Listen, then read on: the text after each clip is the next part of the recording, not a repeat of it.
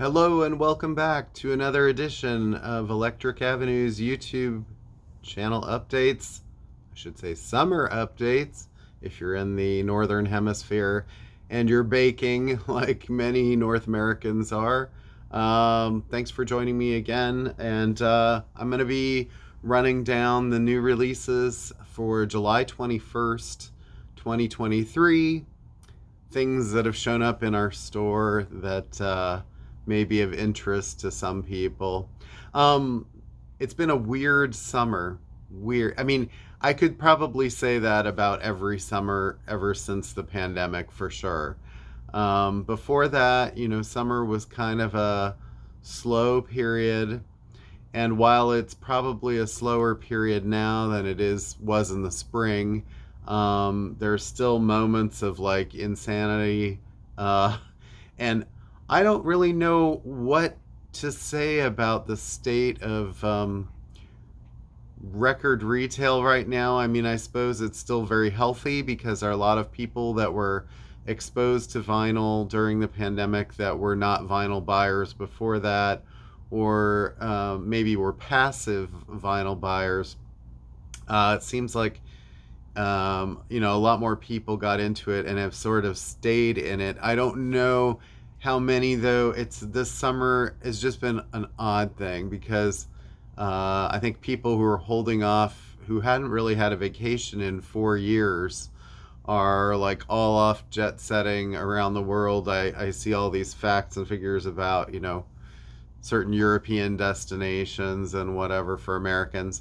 And so I suppose on that end, we're kind of feeling it a little bit because a lot of what would have normally been expendable income and people sort of sequestered at home for the last 3 or 4 years is now being spread out on all sorts of experiences and journeys. And I think that's great in a way. I just hope that there's sort of a sense of moderation because, and this is, I hate putting like a soapbox at the beginning of the video, but it's sort of like I just hope that people realize that, things like records, which I suppose are a luxury in a way, were kind of something that people could connect with, and enjoy during a time when there was really little else that they could do. And so basically, what I'm saying is don't leave the record shops in the dust.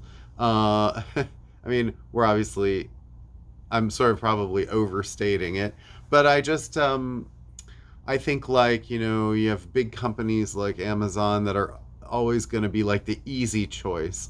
But with all the things that I show you guys every week, at least the ones who are sort of in my vicinity and whatever, I appreciate all of the loyalty that we have. It's great. But just saying, those of you who are real quick with your fingers on click, click, click, order on the internet, whatever, like don't forget your local record stores is all I'm saying. Because sometimes summers are difficult for them, or more difficult than other times of the year. And you want them to be around for when the next record store day comes around. So, okay. Boy, that was kind of heavy. At least I wasn't talking about deaths in the family today. All right. So let me get started with new releases. All right, the big new release of the week, honestly, I think Greta Van Fleet. And this is their new album, Starcatcher. Says the new album from Grammy award-winning rock band Greta Van Fleet, featuring Meeting the Master, The Falling Sky, and Sacred the Thread. Limited edition, milky clear, translucent, glitter-colored vinyl. Ooh, there's glitter in this. The cover, it's kind of hard to see, but it's a little bit glittery too. Yeah, there's 10 tracks. I think they're fairly long. Their songs are usually fairly long. Although it seems like they did manage to get it on one single record. So get out and get your Greta. If you like Zeppelin, you know what I'm talking about. The album that I'm probably personally most excited about this week and is also a big sort of new release and a big sort of return for them, is Blur, The Ballad of Darren. Now, this is the limited edition indie, whatever, blue vinyl, blue color vinyl. I think it's for indie stores. This is also 10 tracks. Runs about 35 minutes. I had the pleasure of giving this a spin. And my assessment is, if you like Damon Albarn, if you like Gorillaz, which is his other full-time project now, it's definitely worth listening to. It probably hews a little closer to a mix of maybe the last Blur album and some of Damon's solo work. It's not as cheeky Brit poppy as like their 90s stuff. It also doesn't get punky like song 2, although the second track, St. Charles Square, has some moments. And there's another track or two on here like that. But for the most part, it's kind of a great, I'm going to give my little mini review here. It's a great sort of adult sounding version of Blur, more mature, and very well arranged. And it was produced by James Ford, who has been working with Arctic Monkeys for a long time, did the last Depeche Mode album. And it's very kind of, if you've had any loss in your life, people that you've really loved and held in close regard, this album is such a kind of a emotional tearjerker in a way. It probably came at like not a great time for my family personally, but maybe it was a good time, because I think that it says a lot of things that are sort of difficult maybe to say or put into words. If you listen to songs like The Everglades and The Heights, extremely haunting, beautiful songs. Faraway Island is another one, and The Narcissist is a great song, and I think it was an early single that people were sort of like, yeah, this is good. I think it works even better in the context of the album. Barbaric is sort of a standout track. Of course, the first track, the ballad.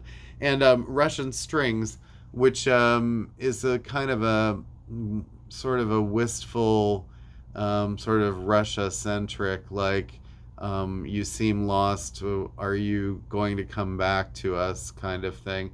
And that also is kind of a lot. The album is really a lot about loss. I think the cover art sort of kind of conveys that, with the swimmer here in the midst of a swimming pool and then an expanse of water and sort of the only lone soul there.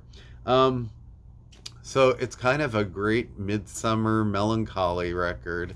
There's a lot that sort of, I could say, harkens to the more recent Gorillaz album that Damon put together. It's not as poppy as that necessarily, certainly not as like keyboardy or electronic, but there are elements that are electronic that sort of call back to that kind of an album. And again, it's on a single LP.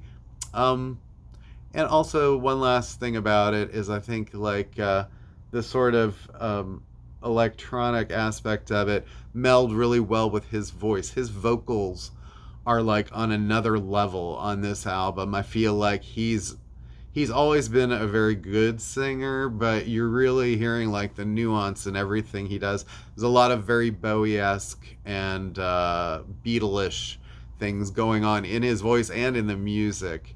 So anyway, I highly recommend you check out Blur, The Ballad of Darren. It's a very special record, I think. It'll probably end up on my year-end top 10, or at least top 20. So depending on how many and what come out. All right, on to other things. Reissues this week, we have Blue Note Classic Vinyl Series, Lonnie Smith's The Turning Point, and again, mastered by Kevin Gray at Coherent Audio. Does this guy ever sleep?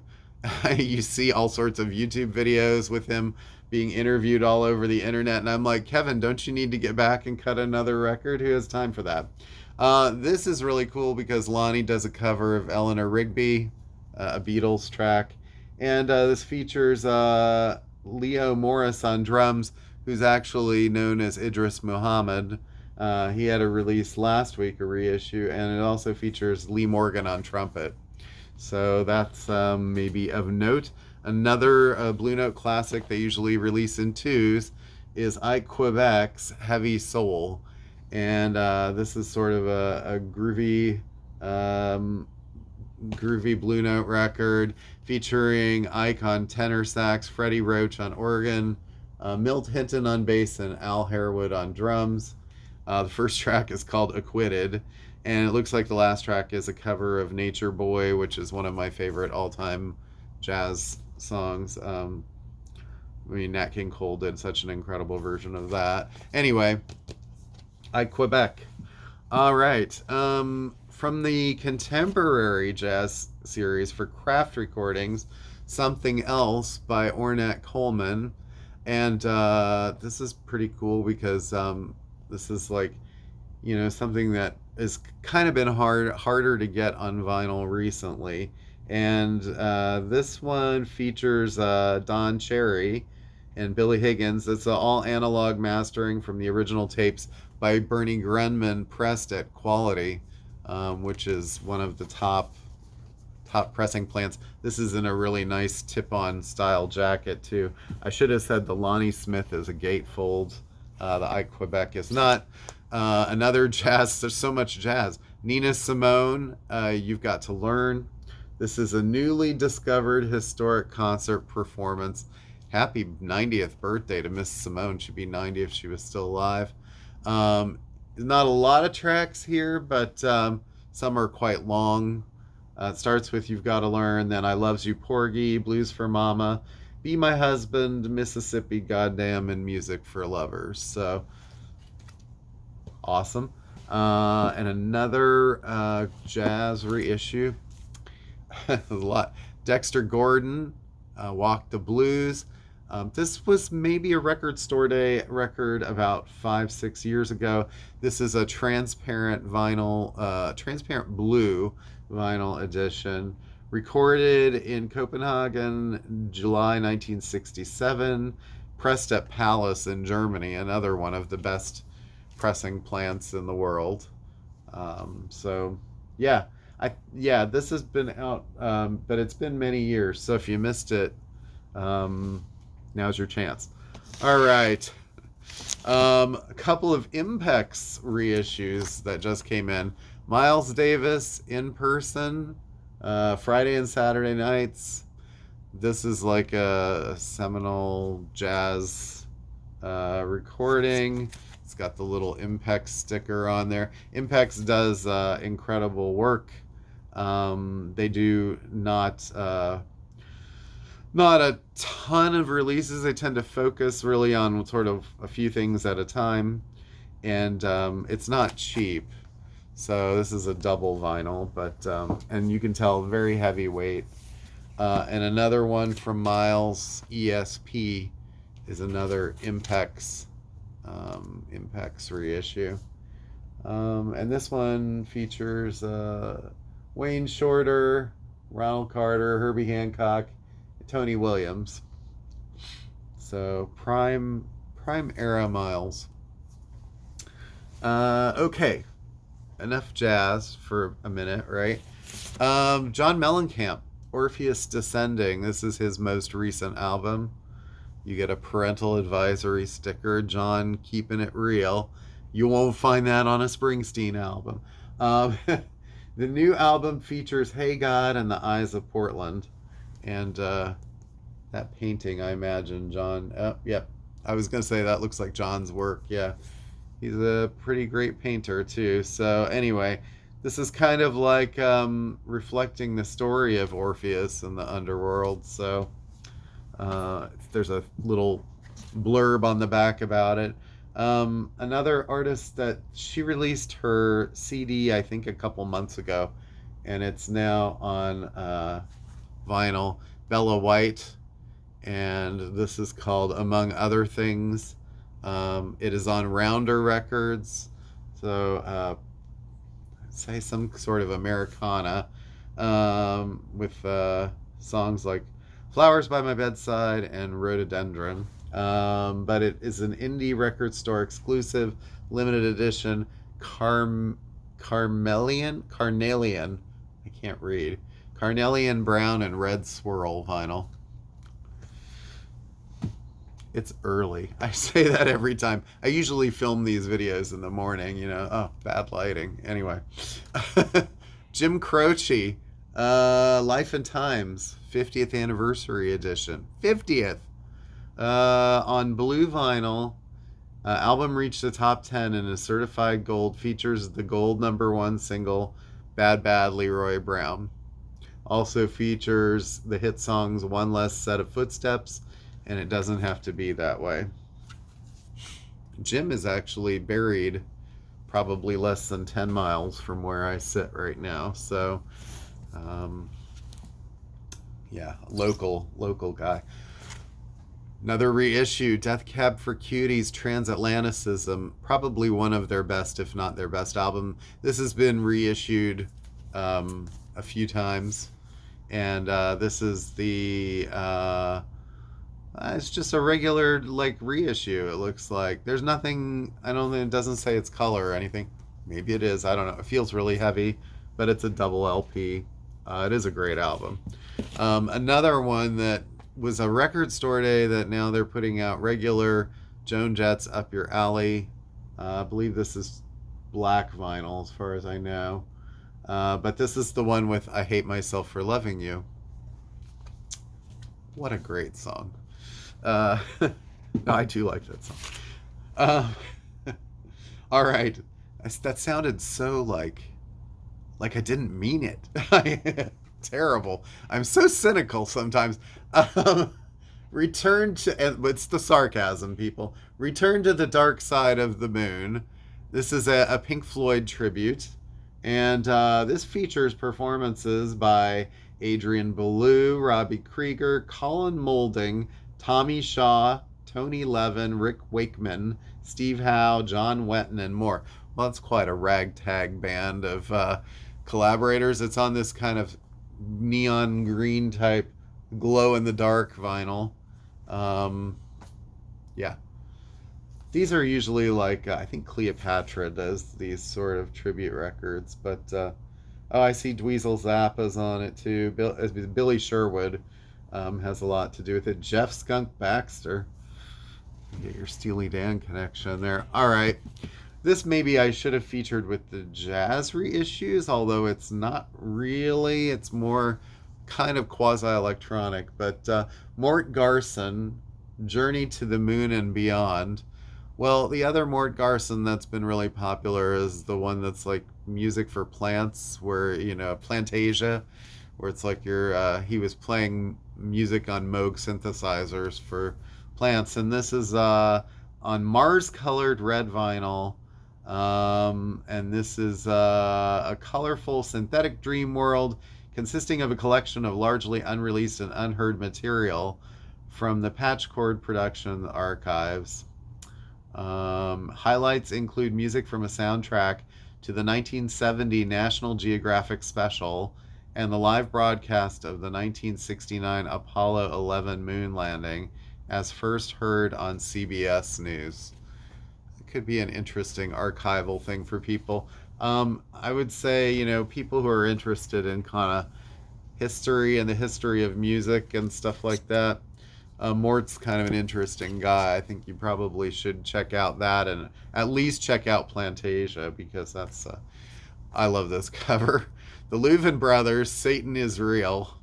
Well, the Louvin Brothers were like a folk duo, sorta, and this was sort of more of a rocky attempt. But yeah, 6 bonus tracks on this. This is sort of a deluxe edition here by Sounds Good Recordings. I'm not that familiar with that label. If there ever were a duo that embodied the entirety of the country tradition From its folk music and gospel roots through the development of bluegrass and into honky tonk, it was the Louvin Brothers. Satan is Real is probably their best known album, an album of fierce, plain spoken sincerity, which the Louvins, who started their career singing gospel music, perform songs that deal with the high stakes of sin and redemption, in which Satan truly does have power to rival the Lord. Well, okay then. That's quite a mouthful. Um, yeah. Yeah, so it's sort of a classic. I mean, I can't say how many copies of this I've sold over the years, but I mean, not as much as maybe, I don't know, Backstreet Boys records or something, but Santana. Uh, Bo Diddley. Hey, Bo Diddley is back on vinyl. This is Man Amongst Men. Boy, you can really kind of tell, unfortunately, that they just took the CD image and blew this up. Someone mentioned that recently, but I don't know. It's kind of hard to do that sometimes, but anyway. Limited edition of 1,500 individually numbered copies on purple colored vinyl, available for the first time ever on vinyl. Get your bow. Keith Richards, Ron Wood, Richie Sambora, and Jimmy Vaughn feature. Yeah. The Shirelles are listed too. All right. Oh, more archival. John Lee Hooker and Seven Nights. There was another John Lee Hooker that I just got a couple weeks ago that was a live concert from the 70s. This is the original 1964 recordings reissued on 180 gram vinyl for the very first time, recorded in London with the British band The Groundhogs. Raw, tight, and raunchy, some of the best backed recordings of Hooker's career. That was from All Music. So, all right, and then these last two here, I'm not as familiar with. They're both by Saul Williams. These are indie exclusives. This is I can't remember the name of this. The Inevitable Rise and Liberation of Entardust. So that's all I'm going to say about that. But this actually was quite heavily involved with the collaboration of Trent Reznor, who did pretty much production on almost everything. Well, actually, he did. He produced the album, and Alan Moulder mixed it. Programmed by Atticus Ross. So basically, it's kind of like a offshoot Nine Inch Nails type thing. And then this is another album of Saul's, Martin Luther King, also an indie exclusive, Galaxy Red limited edition vinyl. I think that there's one or two others that we're still waiting on that we haven't seen yet. A couple other things I want to mention. I didn't mention him before. I'm not sure if it's Brian or Grian. I'm sorry. I think it's probably Brian. Brian Chatton, like Brian. And this is his album, Chaos for the Fly. He's the lead singer of Fontaines DC. And I don't know, unless you're a Fontaines fan, you might not realize that. But this is a solo record that he just put out. And it's actually quite good. I was listening to it the other day. It's a little different than Fontaines in the sense that it's not quite as post-punky and it's not quite as insular sounding. It feels like he's reaching out more with more kind of like textures. Not, I wouldn't say world music, but it's got more like kind of shifting rhythms that are a little bit different, and he sings with a little more sort of like, there's a little more range in the sort of notes that he's choosing and all, but it's on a limited edition white vinyl. It's a good album. Let's see, another thing that came in, Rockabye Baby, the lullaby renditions of Prince. I mean, I don't know if this really needs too much discussion, although if you have a kid and you want them to hear like sort of tinkly versions of Prince songs, it does have Raspberry Beret, Little Red Corvette, Kiss, Alphabet Street, When Doves Cry, of course, Purple Rain, and The Most Beautiful Girl in the World. So if you have a daughter, well, there you go. All right. Speaking of like kind of daughters and like fun stuff, one thing this week that the vinyl's still coming. It's the Barbie soundtrack. This does feature Lizzo, Dua Lipa, Charlie XCX, Tame Impala, Ryan Gosling, Haim, Billie Eilish.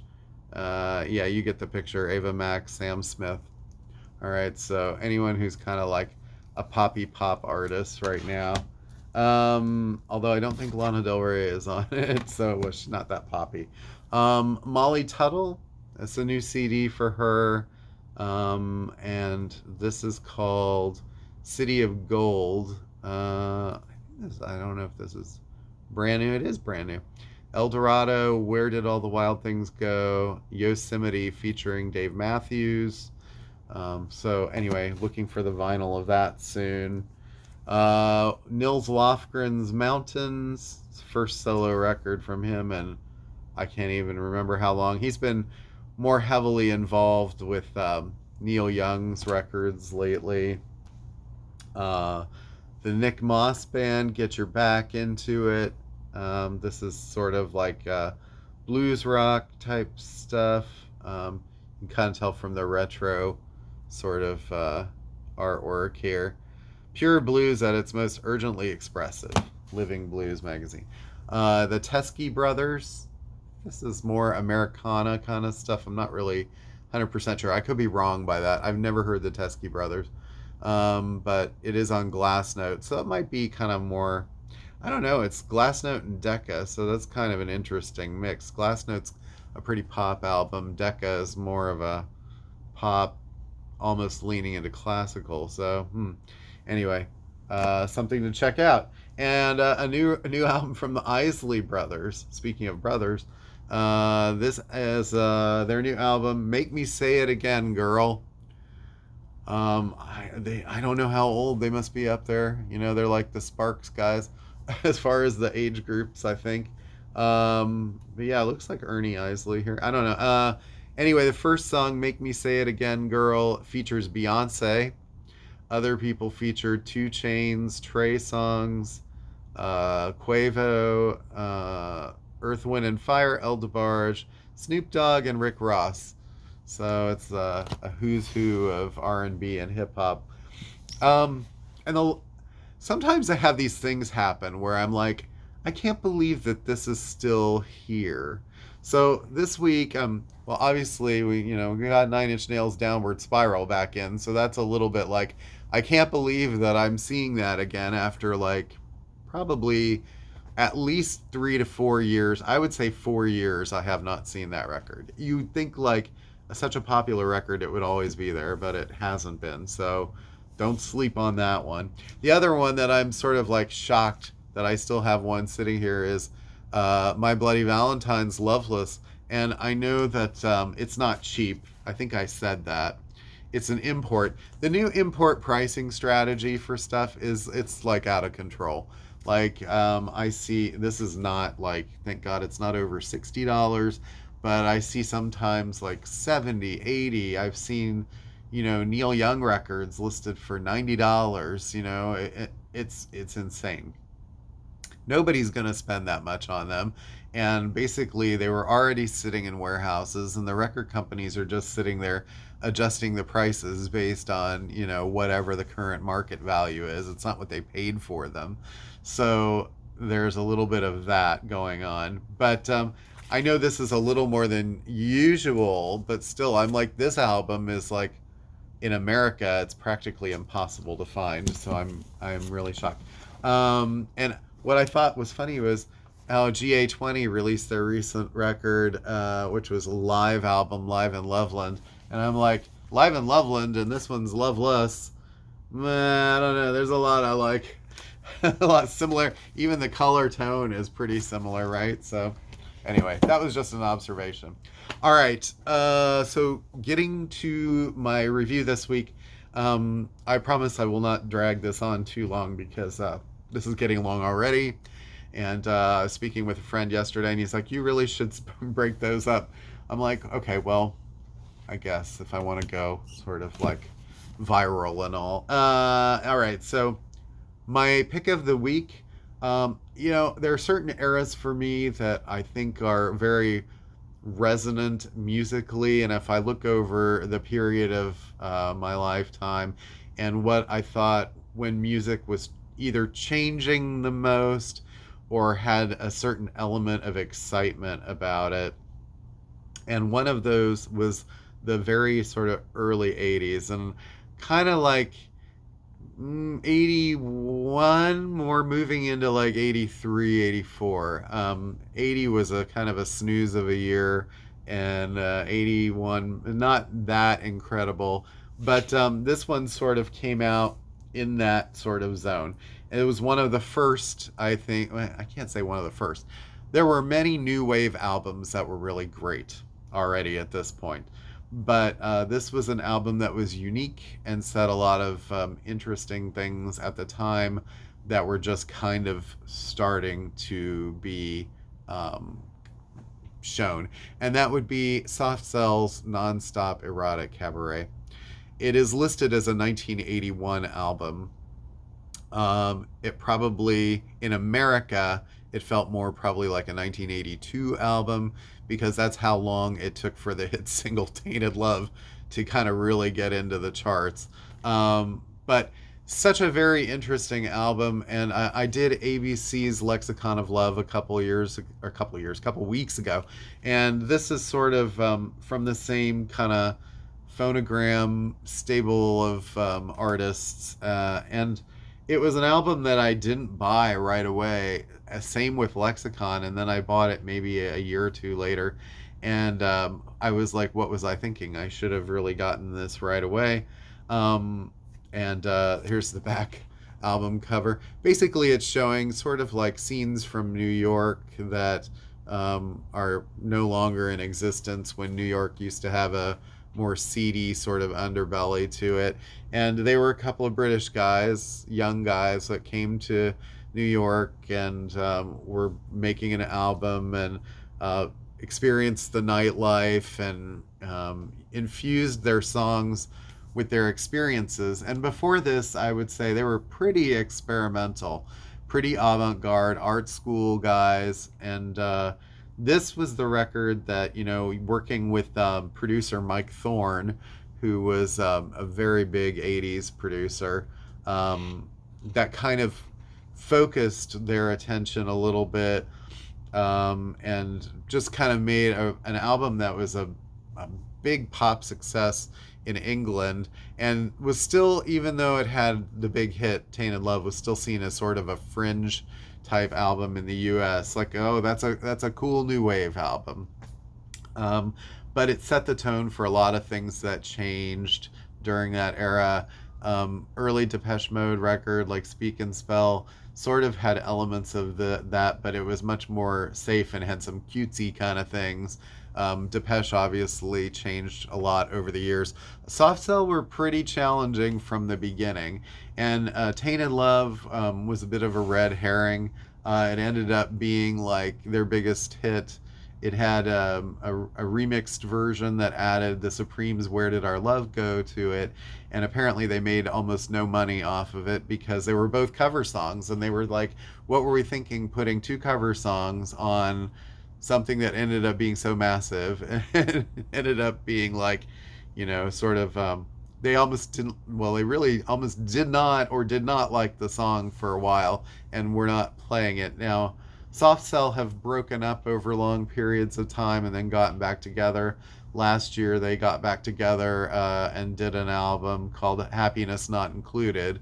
A very good album, but Dave has had some serious health issues and has been in the hospital, and send out well wishes to him. He hasn't been able to tour at all really since the album came out, and it's been over a year now. So that's got to be sort of trying when you're trying to sort of get your career back on track again. But Mark Almond, probably one of my favorite singers of all time. At this stage, his voice was very, very expressive, but still sort of like trying to find itself in a way, as far as like, um, if he was on like American Idol or something like that, that he would never have won or never have been even in the top because they would have said, "Oh, you're too pitchy." And it's very pitchy back then, but it sort of also adds an element of humanism to the music because most of the album is based in like all electronics. It's Dave Ball and his synthesizers, and synthesizers that sound like guitars, and they really did things to try and grunge up the sound a little bit to make it sound more like a rock or a soul kind of album, even though it was all done with electronics. And Mark just had an incredible voice and range that could sing pretty much anything. And a lot of it sort of reads as probably the histrionic tellings of some youthful madman a little bit that are probably doing too many drugs and, out partying too much. But there's some really great songs here. It starts with Frustration, which is kind of like a very it grabs you right away, and Mark's personality is like on a 10 already. And then that's followed by Tainted Love, which it just goes right into that song. And then, since it's the album, it does not feature Where Did Our Love Go? So it goes into the next song, which is CD Films, which is a slower kind of like kind of weird nightlife, playful kind of, but dark kind of song. Very strange. A lot of the songs have these like super sexual overtones also because it's the nonstop erotic cabaret. Youth is one of those just kind of like looking in the mirror songs. I've lived this like crazy life, and what do I have to show for it? I'm a mess, kind of a song. And side one closes out with the song Sex Dwarf, which is the craziest song on this album, and probably one of the craziest songs to be on any major label record of the time. I don't know. It's sort of a dance song, I suppose, but it's just almost too weird for that. And there was a infamous video for that was immediately banned, and it should have been because it was like way too graphic. I don't know what they were thinking with that, but anyway. Then side two, Entertain Me, which is kind of like a more upbeat version of what was on side one with Frustration. It's a little bit lighter, followed by Chips on My Shoulder, which is a sort of a great kind of driving dance track. Bedsitter, which was a top 10 hit in the UK, a top 5 actually, that Tainted Love, and then one other song. All huge hits. And it's sort of about like living the life as a squatter type situation, and kind of on your down on your luck type of situation. Secret Life is a more kind of like playfully dark song too.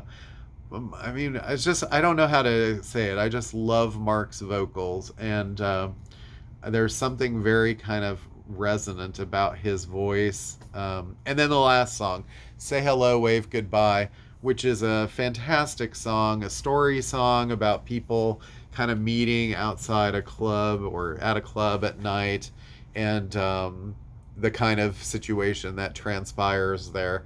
And that song was a big hit in the UK, again, the third from the album. And it was also redone by singer David Gray years and years later, and he also sort of had a hit with it. And it was funny because there was a story recently that Dave Ball was saying.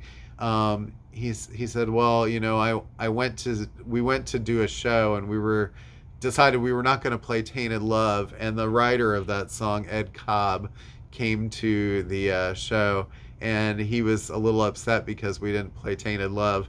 And he said then the same thing happened to us because later on we went to see David Gray, and he decided not to play Say Hello, Wave Goodbye. So he's like, karma, it happened to us too. But anyway, and there was a song that followed this album called Torch that was not on this album that I think is probably their best, all-time best single. So anyway, this was a great album, great period for them. And after that, they sort of like devolved into like the drugs and the paranoia of being popular. They really couldn't handle the success, and pretty much imploded after 3 albums.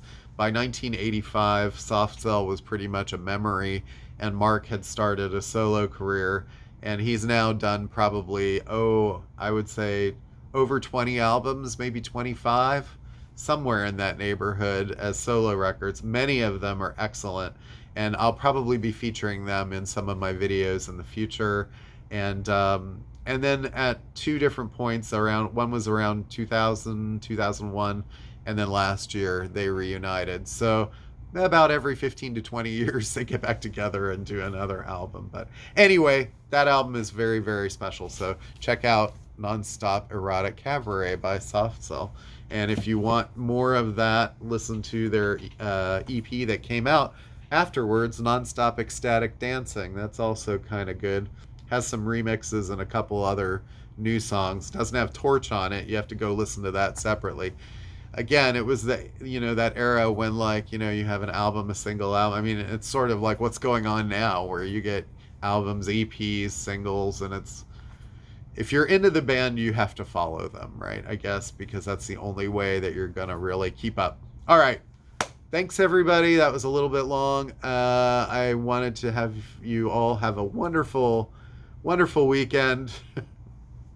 And peace to everybody, and be safe out there. And I'll see you again next week. And yeah, see you for the 28th. All right. Take care. Peace.